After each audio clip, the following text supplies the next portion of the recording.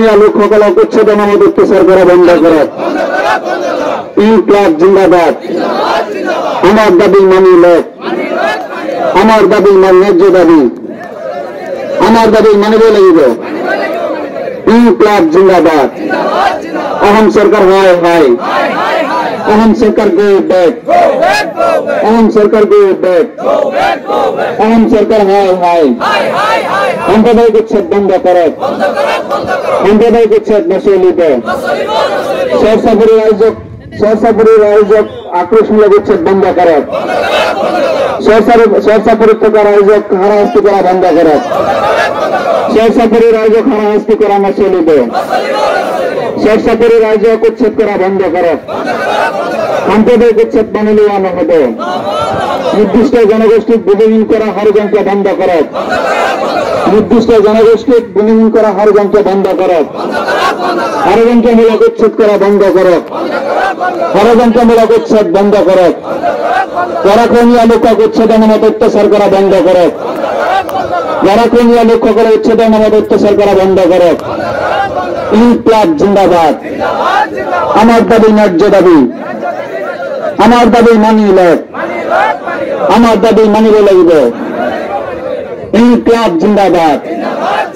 সরসাপুর লোক শিক্ষার অধিকার দিয়ে। ইনকলাব জিন্দাবাদ। সাম্প্রদায়িক আরো আক্রোশমূলক উচ্ছেদ বন্ধ করক। সাম্প্রদায়িক আক্রোশমূলক উচ্ছেদ বন্ধ করক। সরসাপুরের লোক শিক্ষার অধিকার দিয়ে। সরসাপুরের লোক শিক্ষার অধিকার দিয়ে। সরসাপুরের লোক সরসাপুরের থাকা লোকসকলক অত্যাচার করা বন্ধ করক। পরাক্রমীয় লোকসকলক অত্যাচার করা বন্ধ করক। পরাক্রমীয় লোকসকলক অত্যাচার করা বন্ধ করক। পরাক্রমীয় লোকসকলক অত্যাচার করা বন্ধ করিব লাগিব। আমার দাবি মানি লোক। ইনকলাব জিন্দাবাদ। অহম সরকার হয় হয়, অহম সরকার হয় হয়, অহম সরকার মুর্দাবাদ, অহম সরকার মুর্দাবাদ। আজি তেওঁলোকে জানিব লাগিছিল যে মানুহৰ মূল্যতকৈ পশু নহয়, আজি পশুৰ মূল্য আছে। আজি নাহৰগাঁও সমষ্টি, ঢিল সমষ্টিৰ বিভিন্ন এৰিয়াৰ আজি সৰসাপুৰীত যিসকলে বসবাস কৰি আছে, মানুহৰ মূল্য তেওঁলোকে দিয়া নাই। গতিকে আমি এই অৱস্থান ধৰ্মঘটৰ জৰিয়তে অসম চৰকাৰক আমি সকীয়াই দিব বিচাৰিছো। আমি প্ৰয়োজন পৰিলে গণতান্ত্ৰিক পদ্ধতিত তীব্ৰতৰ আন্দোলন কৰি তুলিবলৈ বাধ্য হম। আমাৰ কিছুদিন আগত আজি পূব অঞ্চলত দুবৰাচৰ, খেৰটাপু এনেকুৱা কিছুমান চৰত তেওঁলোকে উচ্ছেদ কৰিলে। আৰু সেই চৰ কংগ্ৰেছ চৰকাৰৰ দিনত ৰকিবুল হুছেইন আছিল বন মন্ত্ৰী। কংগ্ৰেছ চৰকাৰৰ দিনত ৰকিবুলে এই চৰখিনি তেওঁলোকে সেই অভয়াৰণ্যত যোগ কৰি আজি তেওঁলোকক উচ্ছেদ কৰি আজি তেওঁলোকৰ অৱস্থা কি? বিভিন্ন জায়গাত তেওঁলোকে আজি পথৰ দাঁতিত ঘৰ বনাই তেওঁলোকে থাকিব লগা হৈছে। আজি সেই পৰিক্ৰমালৈ আজি ইয়াতো আকৌ আৰম্ভ কৰিছে। 8 মাহ আগত তেওঁলোকে নোটিছ দিছে, এই বনাঞ্চলত তেওঁলোকে ইনকুৱেট কৰি এই মানুহখিনিক উচ্ছেদ কৰাৰ কাৰণে ষড়যন্ত্ৰ আৰম্ভ কৰিছে। গতিকে আমি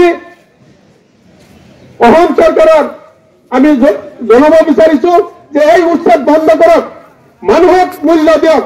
বন্যপ্ৰাণী আজি মানুহৰ কাৰণে বন্যপ্ৰাণী, মানুহৰ কাৰণে বিভিন্ন সম্পদ।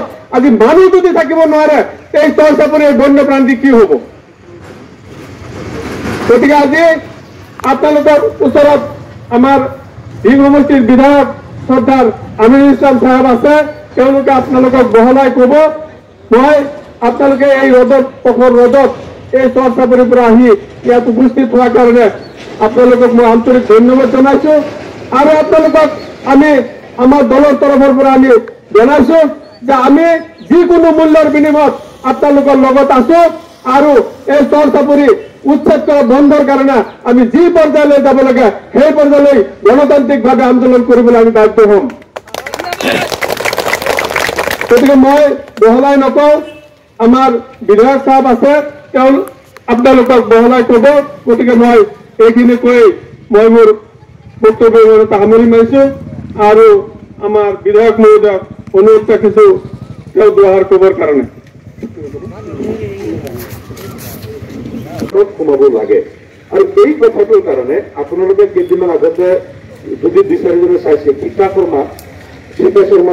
শৰ্মাই এটা ফেচবুক পোষ্টত খুব ধুনীয়াকৈ তেখেতে ডাটাবিলাক কালেক্ট কৰি এই কথাবিলাক তেখেতে তাত উল্লেখ কৰিছিল।